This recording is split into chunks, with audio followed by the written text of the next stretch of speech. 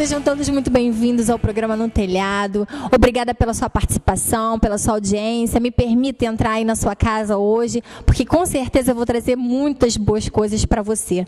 E hoje vamos falar de superação, de esforço, de garra, de, em primeiro lugar, de algo muito mais espiritual, mais superior do que nós aqui podemos talvez entender. Eu vou falar hoje, nosso convidado é o Jovenito, e ele tem uma história de vida muito, não sei se direi triste, não sei se direi feliz, não sei, você depois explica para nós, por favor, mas uma história de vida muito comovente.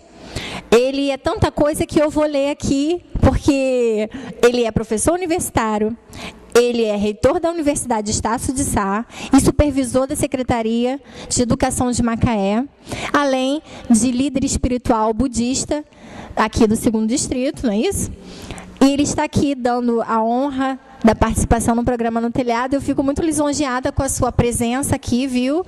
Primeiramente, quero te dar os parabéns pela sua vitória, que vocês vão saber ao longo do programa. E fico feliz de exemplos como você, de superação, de garra, de pessoas que querem vencer na vida. Queria que você contasse um pouquinho para a gente da sua trajetória, desde a sua infância até os dias de hoje, que a gente vai, ao longo do programa, esmiuçar isso aí, bem nos mínimos detalhes. Bom, uma boa tarde a todos, um grande prazer também poder estar aqui. Recentemente tivemos a oportunidade de poder conhecer a estrutura do programa, a estrutura da TV Tamoios, e a gente está muito feliz de poder começar a trabalhar junto e poder dizer alguma coisa, explicar alguma coisa para a população aqui de Tamoios, dizer da nossa participação anônima aqui na região de Tamoios e Unamá, Ribeirão Vermelho, etc., né? Toda a minha história começou quando, ainda bem bebê, a minha mãe faleceu de parto do meu irmão mais novo.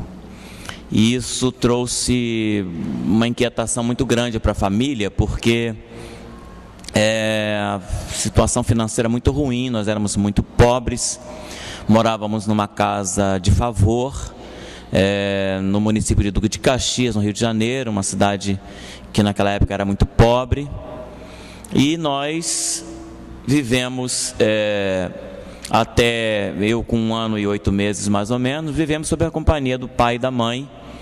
A gente não tinha avós, nem tios, e quando a minha mãe faleceu, por volta de 1960, ela deixou um irmãozinho novo, que tinha acabado de nascer, e ela teve vários problemas de complicação no parto e não saiu da maternidade.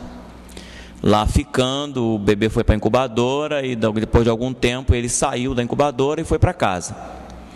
Meu pai, atordoado pela perda da companheira, desesperado, com tantas crianças para cuidar, na verdade éramos 8, e ele pedreiro, semi-analfabeto, uma situação financeira muito difícil, começou a dar os filhos para outras pessoas criarem. E eu não tenho lembranças desses momentos, isso foi contado por amigos e pessoas ligadas a nós.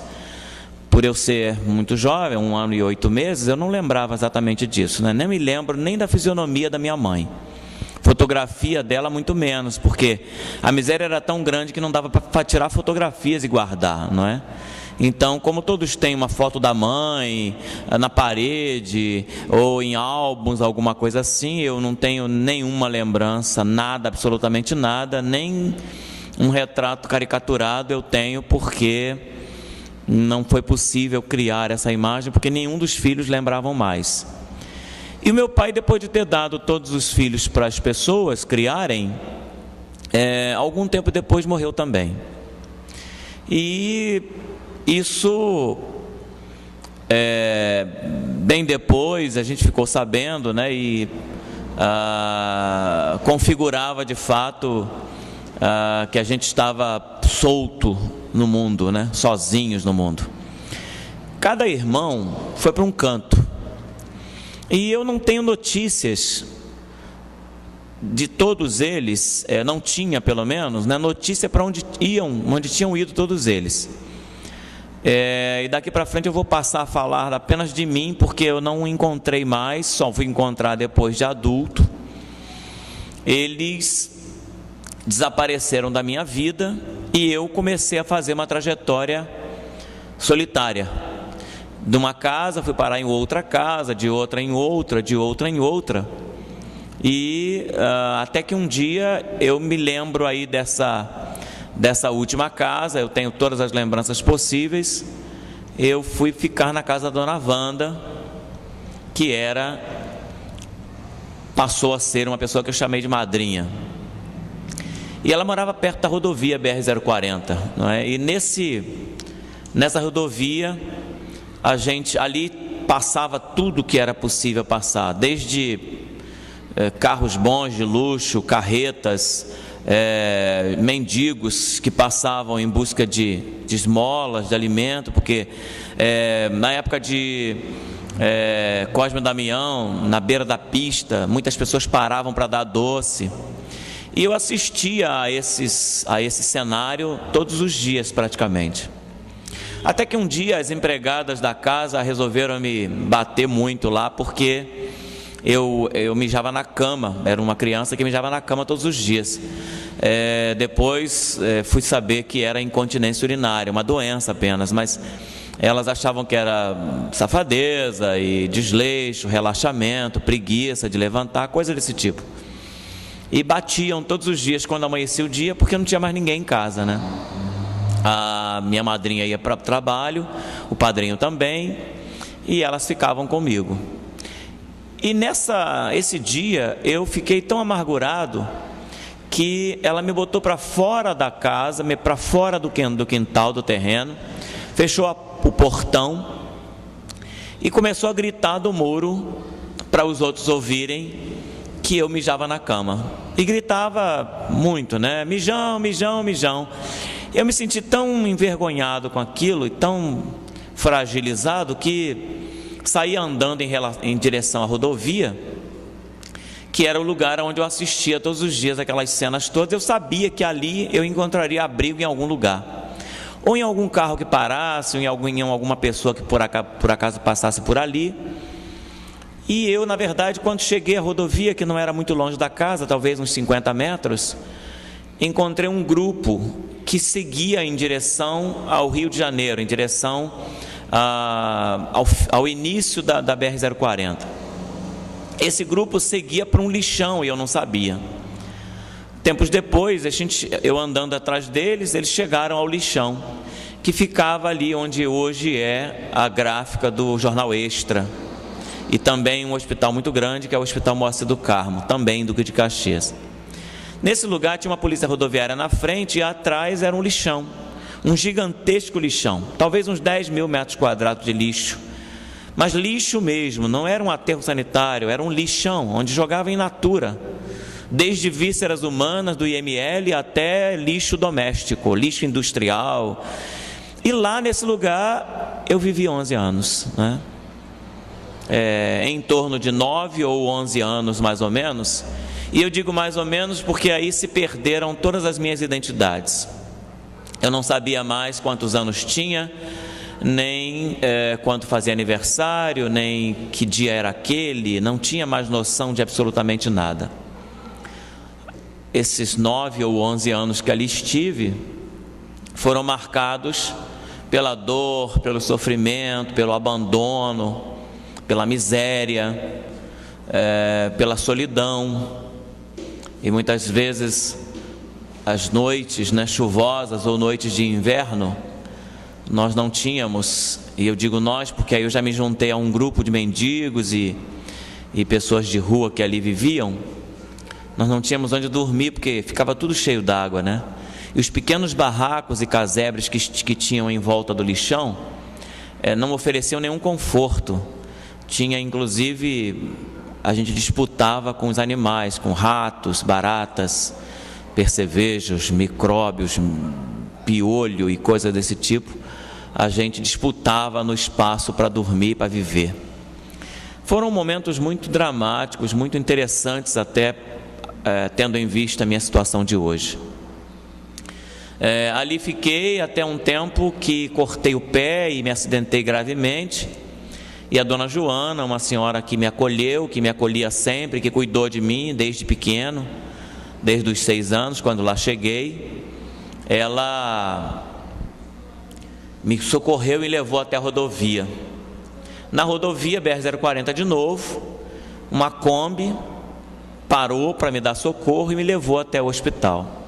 Fiquei internado durante muito tempo no hospital e nesse hospital, por muito pouco, não amputei uma das pernas até a virilha, tendo em vista o corte que tive no pé e todo o processo de infecção porque eu passei.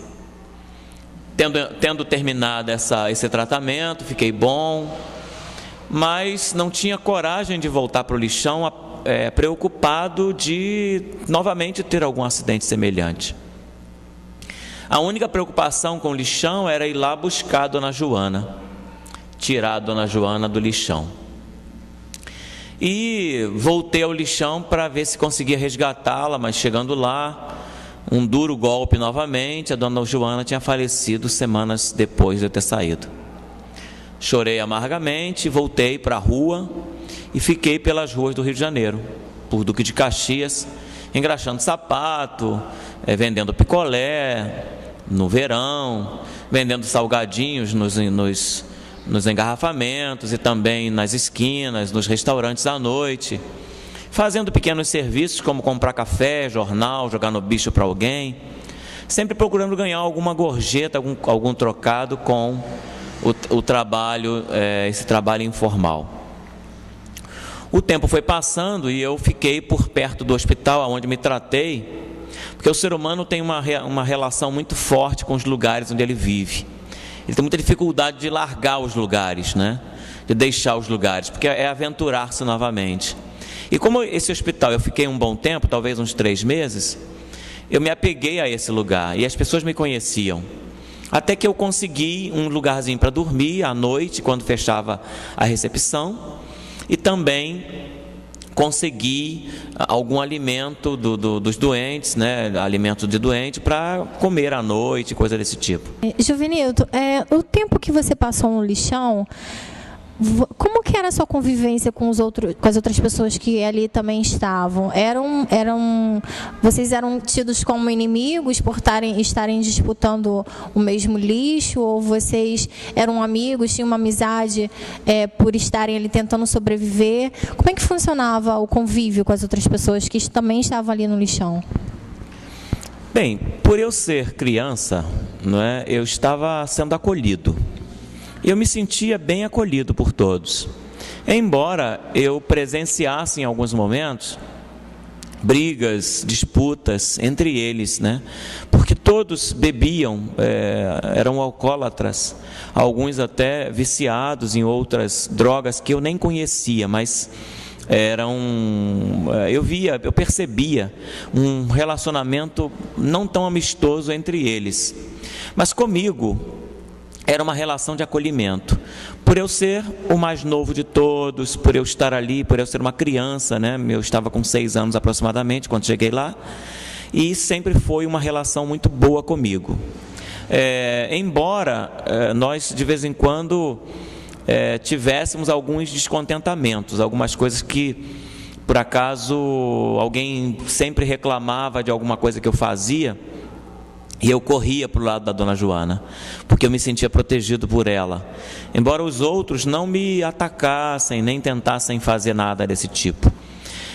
Eu via, inclusive, relacionamentos afetivos, amorosos entre eles, né? Havia mulheres e homens nesse ambiente, e algumas mulheres que vinham do nada, de algum lugar, que abandonaram família e coisa desse tipo, ali se instalavam, homens também que vinham da mesma situação, e ali acabavam se encontrando e namoravam e viviam, alguns até, eu tenho informação até de algumas gravidez que foram interrompidas lá com abortos provocados por algumas situações assim de indesejáveis, né?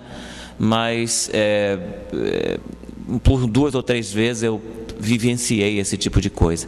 Então, quer dizer, existia um momento, existia um lugar de tranquilidade, de acolhimento entre nós ali, tendo em vista a situação em que todos se encontravam.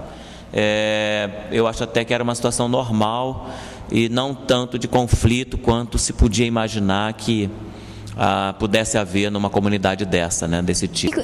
E aí, Jovenito, como que surgiu como que você teve assim essa luz, vamos supor, essa luz divina de você sair do lixo? Qual foi essa transição sua, esse processo de você ter vindo de um momento tão sofrido como esse que você passou e ter conseguido chegar onde você chegou? Como que você conseguiu estudar? Então, nesse momento em que eu estava por volta do hospital, buscando sobreviver, eu encontrei um homem que foi um caminho para mim, foi o farol da minha vida, né? Eu encontrei um homem, esse homem era professor, era dono de uma escola, uma pequena escola em Duque de Caxias. Essa escola, ela tinha até a 4ª série, hoje o 5º ano, né, do fundamental. E ele tinha um quartinho lá e tal, e eu o ajudei a chegar ao hospital quando sentiu mal na rua. Por acaso eu o encontrei e o ajudei a chegar ao hospital. Na verdade, ele me disse depois que aquela ajuda foi fatal, porque ele já tinha tido o 3º infarto e ele estava a um risco, a 1 milímetro de perder a vida. Se tivesse o 4º, acredito que ele não fosse suportar e aguentar sobreviver, segundo os médicos que o atenderam. E então ele me levou para a escola e me ofereceu um emprego de faxineiro, serviços gerais, e também um quartinho para morar. E a figura de um pai que ao meu lado ia dizer por onde eu devia andar, né? E essa pessoa, eu falo sempre o nome dele porque já faleceu, mas eu tenho um carinho, uma admiração, uma gratidão tão grande por esse homem. Chama-se Benilton Carlos Bezerra. Era um nordestino que chegou no Rio de Janeiro com muita dificuldade, mas que se formou também e avançou, era professor universitário. Exatamente o que eu sou hoje, ele era. E ele começou a me colocar para andar nesses caminhos que eu nem sabia se me levavam a algum lugar, mas como eu não tinha outro caminho a seguir, segui um caminho que ele vinha me apontando. Você já estava numa fase maiorzinho, né? Já devia ter uns 10 anos mais ou menos por aí? Quando eu me encontrei com este senhor? Não, muito mais. Veja bem, eu cheguei no lixão aos 6 mais ou menos. Vivi lá entre 9 e 11 anos. Eu já estava com 17. Então você já tinha uma consciência formada de todo esse período seu. E aí você tinha a comparação. Você era um adolescente revoltado, assim, de achar, poxa, por que meu pai me deu, né, meus pais me deram? Por que eu tive uma vida tão sofrida? Por que não podia ter sido diferente? Você era um menino revoltado? Você chegou a conhecer um outro lado? Porque pelo que você está falando, você era um menino bom, né? Você gostava das coisas direitas, mas você chegou a experimentar um outro lado, o lado da revolta, da rebeldia, até porque seria natural na adolescência. Não, eu não experimentei esse outro lado, porque, na verdade, eu não conhecia nenhum outro lado, a não ser aquela mesma vida que eu tinha. Eu só tinha aquela vida, eu não tinha nenhuma outra vida para comparar. Como eu tinha muita dificuldade de lembrar dos momentos anteriores, né? A única situação em que eu vivi de um pouquinho de melhor financeiramente, talvez, tenha sido naqueles dias que vivi na companhia da minha madrinha, com um pouco mais de conforto. Antes, eu não me lembro nada. E depois era o lixão.